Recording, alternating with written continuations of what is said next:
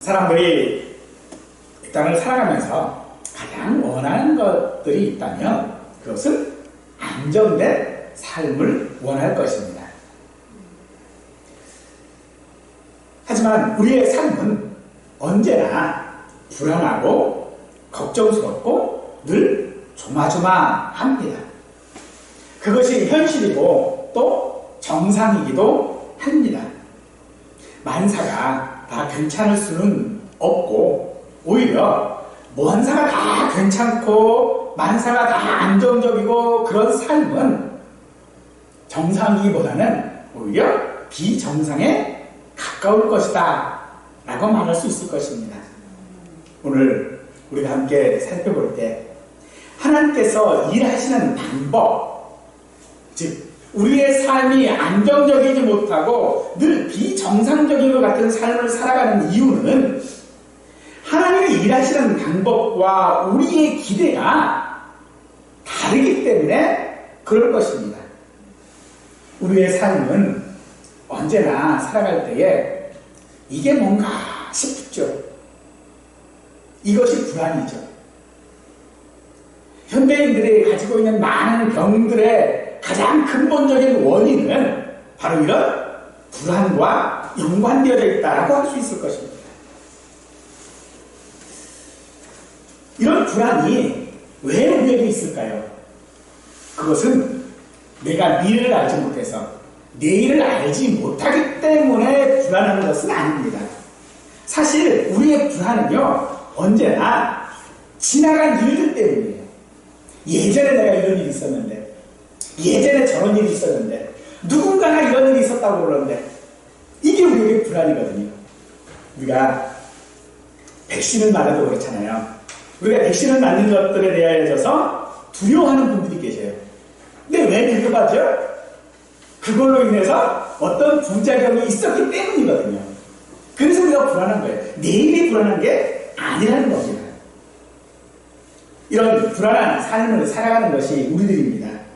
오늘 본문의 이삭 역시도 그런 불안함을 살고 있었던 한 사람이었지만 하나님께서는 그렇게 불안한 삶을 사는 이삭을 하나님께서 어떻게 섭리하고 계시는지를 살펴봄으로써 오늘 우리가 가지고 있는 이 불안, 그 불안을 우리 스스로 어떤 노력들을 통하여 해결하지 말고 복을 약속하시고 복을 내리신 그 하나님께 맡기실 수 있기를 간절히 축원합니다. 이삭이 거주하던 땅에 기근이 들었습니다. 아마도 아버지 아브라함처럼 애굽으로 이주할 생각이었던 것 같습니다. 그럼 이삭에게 하나님께서는 가나안 땅에 거하면 아브라함에게 약속하신 복을 주시겠다라고 하셨고 이삭은 가나안 땅 안에 있는 그랄이라고 하는 땅으로 이주하게 되어졌죠. 유목민이던 이 이삭이 그랄 땅에서 농사해서 100배의 수확을 얻은 것은 아마도 그가 그 그랄 땅에 오랜 기간 거주하려고 했던 이유일 것입니다. 이삭은 농사뿐만 아니라 가축과 종들의 숫자도 크게 늘어났습니다. 그래서 초기 이 그랄 땅에 거하는 이삭에게는 그가 자유롭게 할 수 있는 그런 자유와 권리들이 제한되지 않고 살 수 있도록 배려되어져 있었죠. 하지만 그랄 왕은 이삭의 세력이 커지자 사람들이 시기하고 또 이 아비멜렉이 조약을 파기함으로 말미암아 그는 그랄 골짜기로 이주하게 되어지죠. 그곳에서도 역시 이삭은 많은 견제를 받습니다. 이삭이 그런 견제와 시기를 받은 이유를 16절에 보니 내가 우리보다 크게 강성한 즉이라고 말하고 있습니다. 즉 자기들보다 이삭이 강하기 때문에 그를 시기하고 미워하는 것이죠. 그럴 사람들이 이삭을 시기하는 방법이 무엇입니까? 그것은 그가 우물을 떼고 아브라함 때 팠던 우물조차도 흙으로 다 막아버리는 것이었습니다. 이삭은 아버지가 팠던 우물을 다시 파서 아버지가 부르던 이름으로 불렀습니다만, 우물은 당시 큰 재산 가운데 하나였습니다. 그래서 누구의 소유인지를 알기 위해서 이름을 덧붙이기도 했는데, 이삭은 그것이 자기의 소유다라고 하는 것을 확인시키기 위해서 아버지가 부르던 이름으로 자기의 소유권을 확인하고 있는 것이지.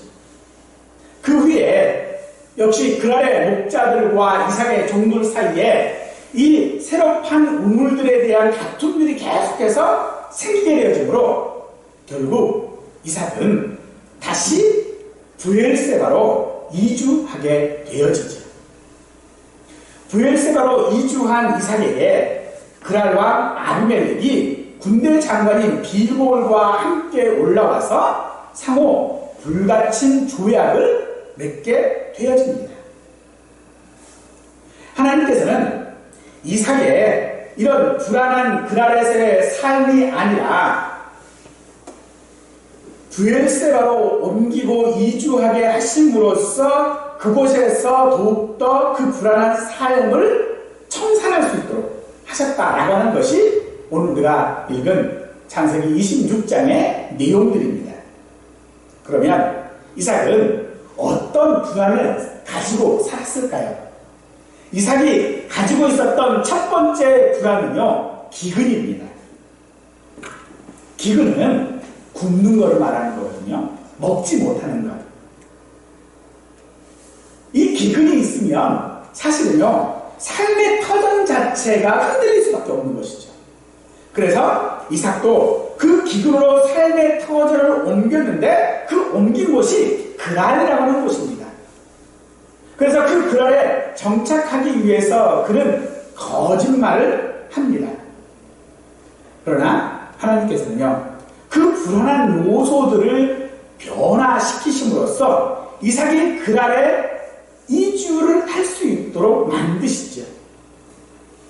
그날에 이주한 이유가 기근 때문이다 라고 말하고 있는데, 그 해에 이삭은 그곳에서 농사하여 100배의 수확을 얻었다 라고 말하고 있고요. 또 아내인 리브가를 누이라고 거짓말을 합니다. 그런데 그 거짓말이 들통이 나요. 하지만 오히려 그 들통남으로 인하여져서 그는 그날 왕으로부터 보호를 받게 되어집니다. 이삭이 이 그랄 사람들의 시기를 받게 되어지는 것, 바로 그것은 그가 받은 복 때문이죠. 그러므로 이 이삭의 번영이 그들에게 위협이 되어짐으로 말미암아 이삭은 그 기근, 즉 삶의 터전이 흔들릴 수밖에 없었던 것입니다. 따라서 우리 성도들이 세상에서 교만하지 말아야 할 이유가 여기에 있습니다. 오늘 우리들이 하나님 앞에 어떤 복을 받았다면 자만하지 말고, 오늘의 실패에 또한 절망하지도 말고 언약하신 하나님만 우리는 의지해야 하는 것입니다. 머물러 있는 것이 복받은 표징이 아닙니다. 우리가 받은 것이 좋은 것이 할지라도 그것이 반드시 복의 표징이 되어지는 것은 아니라는 것입니다. 오히려 그것이 우리의 삶의 터전을 흔들어버릴 수 있는 것이죠. 이삭은 그날에 거류하라고 하셨습니다. 하나님께서는. 그런데 이삭은 그곳에 거주하려고 했다는 것이죠.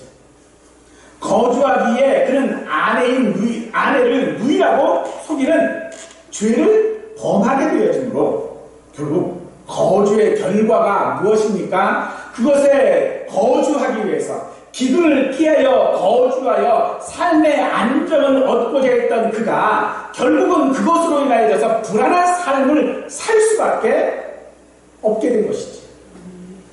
그러므로 오늘 우리가 하나님께 받은 복이라고 생각하는 것들이 반드시 그 복의 표징이라고 말할 수는 없는 것입니다.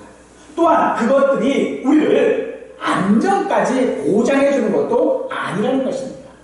즉 우리가 기근이 없다 할지라도 여러 가지 것이 풍성하다 할지라도 그 풍성함이 우리를 안전하게 불안하지 않게 하지 않을 보장은 없다는 것이지. 오히려 그것이 우리를 그 거주하는 곳으로부터 멀게 만들어줄 수 있는 요인도 될 수 있는 것입니다. 그러므로 참된 안전 무엇입니까? 외적인 어떤 조건들이 아니라 하나님을 의지하는 것이 오늘 우리의 안전의 조건인 것을 기억하시기 바랍니다. 이삭이 복을 받은 것은 그 아래 거주하였기 때문이 아닙니다. 그것은 하나님의 약속 때문이지요. 3절에 보면 내가 너와 함께 있어 내게 복을 주고 라고 말씀하셨고요. 그리고 12절에 보니 여호와께서 복을 주심으로 라고 말씀하고 있습니다. 즉 이삭이 복을 받은 것은 그랄이라고 하는 그 땅에 기근을 피하여 갔던 그곳에서 안전함을 얻은 것이 아니라 하나님께서 그에게 그렇게 하셨다라고 판단하는 것이죠. 이 약속은 하나님께서 하신 것입니다. 2절 말씀에 보면 내가 내게 지시하는 땅에 거주하라 라고 말씀하셨죠. 우리는 이곳에서 주님께서 우리에게 하시는 말씀들을 생각할 수 있습니다.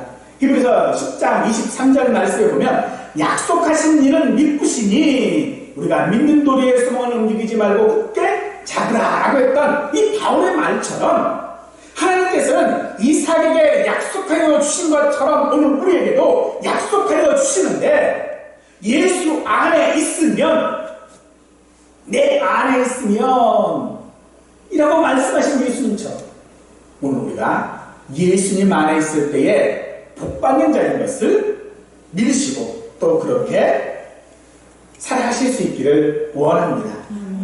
그랄이라고 하는 이 지명은요 정착지, 거주지라고 하는 그런 의미를 가지고 있는 말입니다. 우리는 이 세상에 거주하는 자가 아니라 나그네라고 하는 것을 잊지 말아야 합니다. 그러므로 이 나그네로 사는 자로서 우리는 이곳이 우리의 정착지가 아님을 기억하실 수 있기를 원합니다. 첫 번째 이삭이 불안했던 이유가 기근이었다면 두 번째 이삭이 불안했던 이유는 우물이라고 말할 수 있습니다. 그럴 사람들이 이삭을 견제하는 방법은 그 우물을 빼앗고 막는 것이었죠. 이 우물은 목축을 하는 이삭의 입장에서는요 없어서는 안 되는 것입니다. 반드시 필요한 것이었고 없으면 불안할 수밖에 없는 것이죠. 먹지 않고는 물을 마시지 않고는 동물든 사람이든 살 수 없는 것이고 또 이 물이 없으면 농사도 하지 못하는 것입니다. 그러므로 그 우물은 이삭에게 정말 있어야 하는 것들이죠. 오늘 우리에게도 반드시 있어야 하는 것들이 있죠. 근데 그게 잘 갖추어지지 않으면 불안할 수밖에 없습니다. 그래서 이삭은 아버지 때 팠던 그 우물을 다시 팝니다. 그런데 그것마저도 이 그랄에서 온 목자들이 빼앗아 버리죠. 그때에 이삭은요 빼앗기는 쪽을 선택합니다. 자신에게 반드시 있어야 될 것이라면 싸워서라도 쟁취해야 되는데 그렇지 않고요 그냥 뺏겨버려요. 왜 그렇습니까? 그것은 하나님께서 책임져 주신다는 것을 알기 때문에 그렇습니다. 하나님께서 이삭에게 애굽으로 내려가지 말라라고 말씀하시지요. 하지만 애굽으로 내려가지 않은 이삭의 결과가 무엇입니까? 그것은 있는 것조차도 빼앗겨버릴 수밖에 없는 기나긴 불안을 감수해야 하는 것이었습니다. 하지만 결국 그 불안은 하나님께서 이삭을 어떻게 안전하게 하시고 복을 주셨는지를 우리로 알게 하고 있는 것이죠. 이삭이 계속해서 우물을 팝니다. 그렇게 그가 계속 우물을 판 이유는요, 결과에 대한 희망이 아닙니다. 내가 이 우물을 가지면, 또 다른 우물을 내가 가지고 있으면 나는 안정을 줄 수 있다 라고 말하는 것이 아니라, 그가 이 우물을 계속해서 판 이유는요, 하나님의 약속을 믿었기 때문입니다. 하나님께서 이삭에게 약속한 것이 무엇입니까? 내가 너에게 복을 주시겠다라고 하는 것 아니겠습니까? 그렇다면 이삭은 그 속에서 하나님의 임재를 경험하게 되어지는 것이죠. 우물은 저수지가 아닙니다. 뭐 하는 일이 아니라는 겁니다. 우리 성도들에게 있어서의 우물은 무엇일까요? 이 땅의 것들을 모으는 것입니까? 아니면 이 땅에 필요한 어떤 물질들입니까? 아닙니다. 오늘 우리에게 정말로 있어야 되는 것은 하나님의 은혜인 줄 믿으시기 바랍니다. 그 은혜는 모아놓는 것이 아니라 샘의 우물처럼 솟아나는 것입니다. 즉 근원이라고 하는 말입니다. 즉 우리가 불안해하는 이유는 그 근원을 제대로 가지고 있지 않기 때문인 것이죠. 하나님은 우리의 모든 것이 되어주시는 분인 줄 믿으시기 바랍니다. 이삭이 세 번째로 불안한 것은요, 죽음입니다. 7절 말씀에 보면 그곳 백성이 리브가로 말미암아 자기를 죽일까 하여 그는 내 아내라 하기를 두려움이었더라 라고 말하고 있습니다. 죽일까 하여 라고 하는 것은 매우 불안한 상태를 강조하는 표현으로서요, 극심한 두려움에 사로잡혀 있음을 알 수 있는 말입니다. 하지만 하나님께서는요, 그러한 아비멜렉이 이 이삭의 거짓말을 알게 하십니다. 들통나게 하시는 것이죠. 그런데 그 결과가 무엇이었습니까? 이삭을 보호하는 조치를 취하게 하시는 것이죠.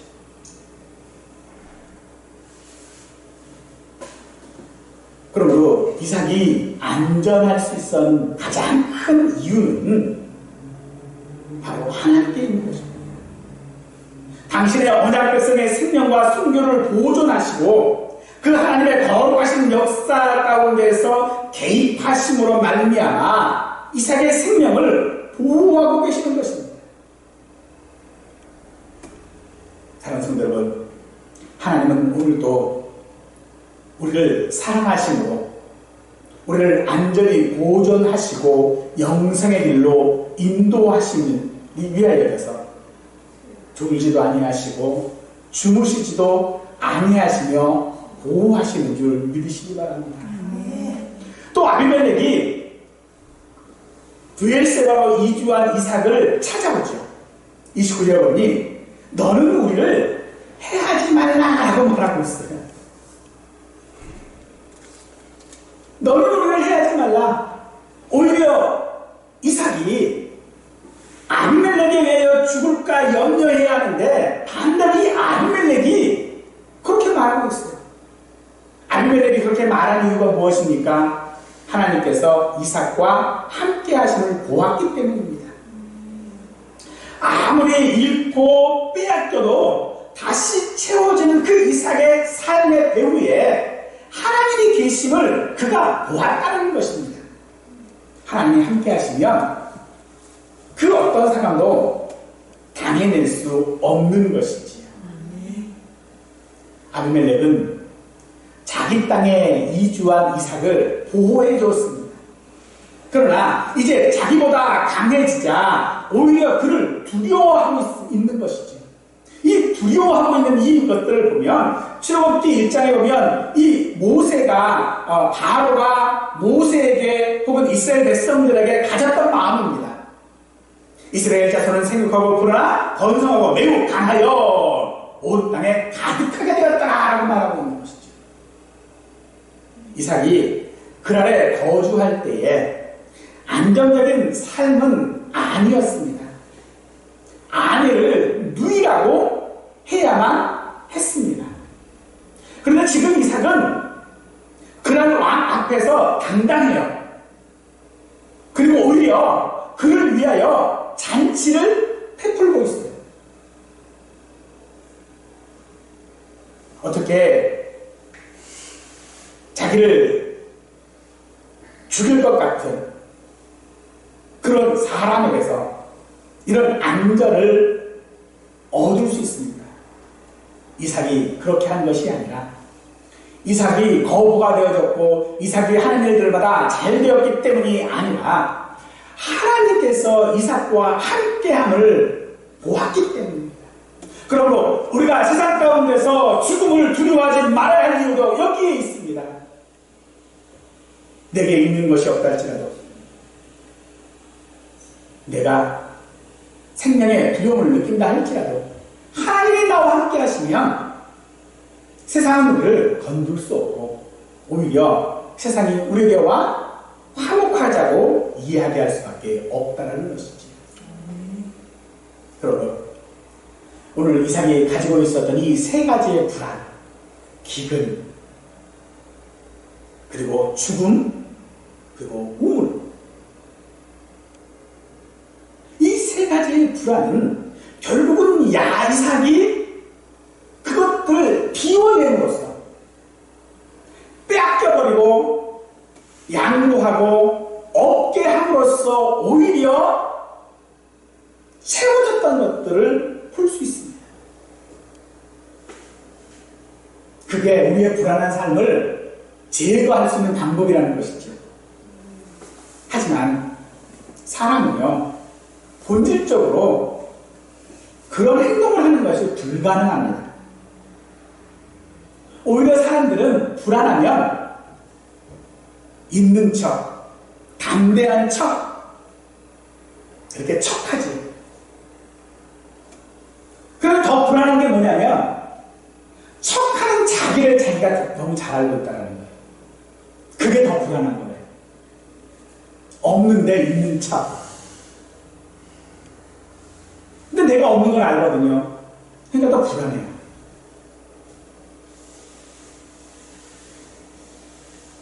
그래서 사람들은 그렇게 척하면서 자신을 입증해 보려고 합니다. 하지만 오늘 우리가 정말로 알아야 되는 것은 이 불안한 삶의 그 근본적인 근원적인 원인이 어디에 있는지를 알아야 합니다. 사람들은 때로 불안해하는 사람들에게 대하여서 그런 말도 해요. 제가 고생을 안 해봐서 그래요. 맨날 어른들만처럼 6.25 안 겪고 보니까 전쟁이 뭔지 모르니까 굶는 게 뭔지 모르니까 저런 소리 한다.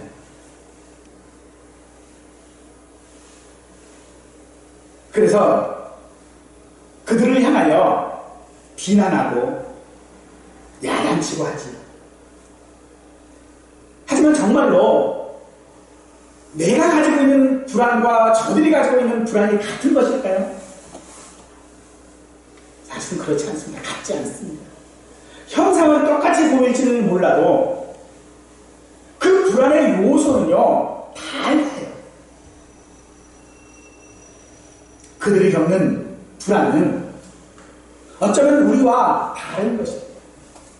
우리가 겪는 불안은, 두려움은 세상이 알고 있는 두려움과는 달라야 한다는 것입니다. 세상은 없는 것에, 죽음에, 기근에 두려워하지만 정말로 우리가 두려워하고 불안해야 되는 것은 하나님이 나와 함께 하지 않으시는 것입니다. 그러나 하나님은 우리에게 뭐라고 약속하여 주십니까? 내가 너에게 복을 주겠고 복을 주겠다라고 말씀하시는 하나님이십니다. 우리는 그 하나님을 믿고 나가야 합니다. 그러니 서로 비교하지 않기를 원합니다. 세상과 나를 비교하지 마십시오. 세상은 나를 상대할 수 없습니다. 세상과 나를 비교하지 않음으로써 우리는 불안해할 이유가 없게 되어지는 것입니다. 사실 우리가 비교를 함으로 말미암아 불안이 생기는 게 많지요. 근데 누구랑 비교를 할까요? 나랑 상대가 되어지지 않는 사람, 그런 사람과는 비교하지 않습니다. 예를 들면 삼성그룹 총수와 재산을 가지고 나를 비교하지는 않습니다. 누구랑 비교하죠? 나랑 비슷한 사람. 나랑 비슷해 보이는 그 사람과 비교를 하죠. 하지만 하나님께서는 그들 앞에 우리를 자기들보다 강하게 하시는 하나님이신 줄 믿으시기 바랍니다. 세상 사람들은 불안에 휩싸여서 무엇을 먹을까, 무엇을 마실까, 무엇을 입을까 걱정하지만 하늘에 계신 우리 아버지는요, 우리에게 필요한 모든 것들을 아시는 하나님이십니다. 아실 뿐만 아니라 그것을 이루시고 그것을 성취해 주시고 이루게 하시는 분이십니다. 예수님께서는 마태복음 6장 34절에서 그러므로 내일을 위하여 염려하지 말라. 내일이면 내일 염려할 것이요 한날의 괴로움은 그날에 족하다라고 말씀하십니다. 우리에게 모든 것들을 주시는 하나님, 그 하나님을 믿고 나아가실 수 있기를 원합니다. 그러므로 우리는 하나님께 복받은 자인 것입니다.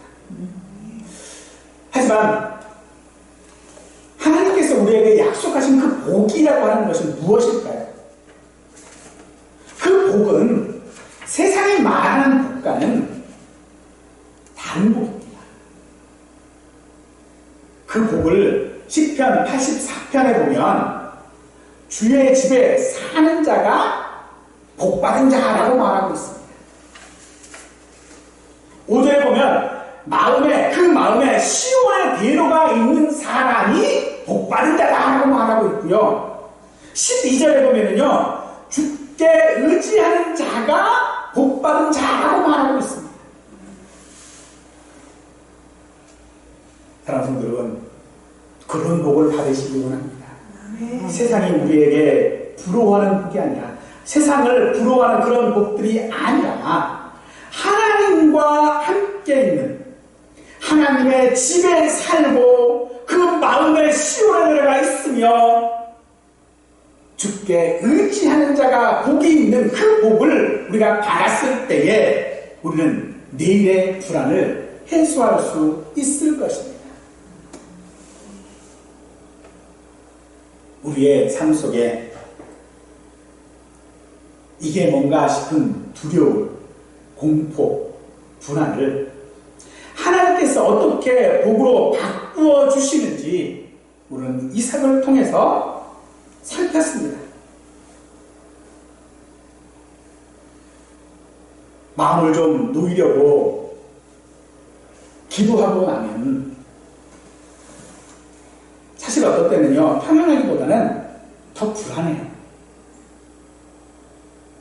그 기도에 대한 응답이 없기 때문에 그렇습니다. 더 정확히는요, 내가 원하는 답이 없기 때문인 것이죠.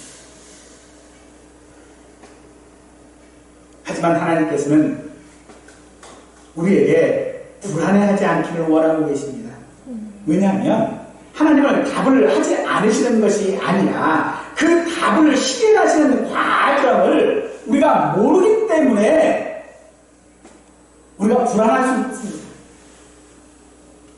그러나 우리에게 복 주시는 하나님을 믿으십시오. 우리는 믿음으로 살려고 하지만 늘 그렇고 그런 상태에 우리의 삶이 있어서 불안하고 때로는 후회스러운 인생이 계속될 것만 같습니다. 이런 지경에 우리에게 하나님께서 무엇을 하여 주시기를 원하십니까? 오늘 성경은 우리에게 이런 지경, 이게 뭔가 큰 삶 가운데 살고 있는 우리의 불안에 하나님은 복 주시기를 원하시고 복을 주셨다라고 하고 있습니다. 3절 말씀, 내가 너와 함께 있어 내게 복을 주고 내가 이 모든 땅을 너와 내 자손에게 주리라 하신 이 말씀, 이 말씀이 저와 우리 모두에게 하시는 하나님의 약속의 말씀이 되어서 우리의 삶 속에서 이루어지는 역사가 있기를 간절히 축원하겠습니다.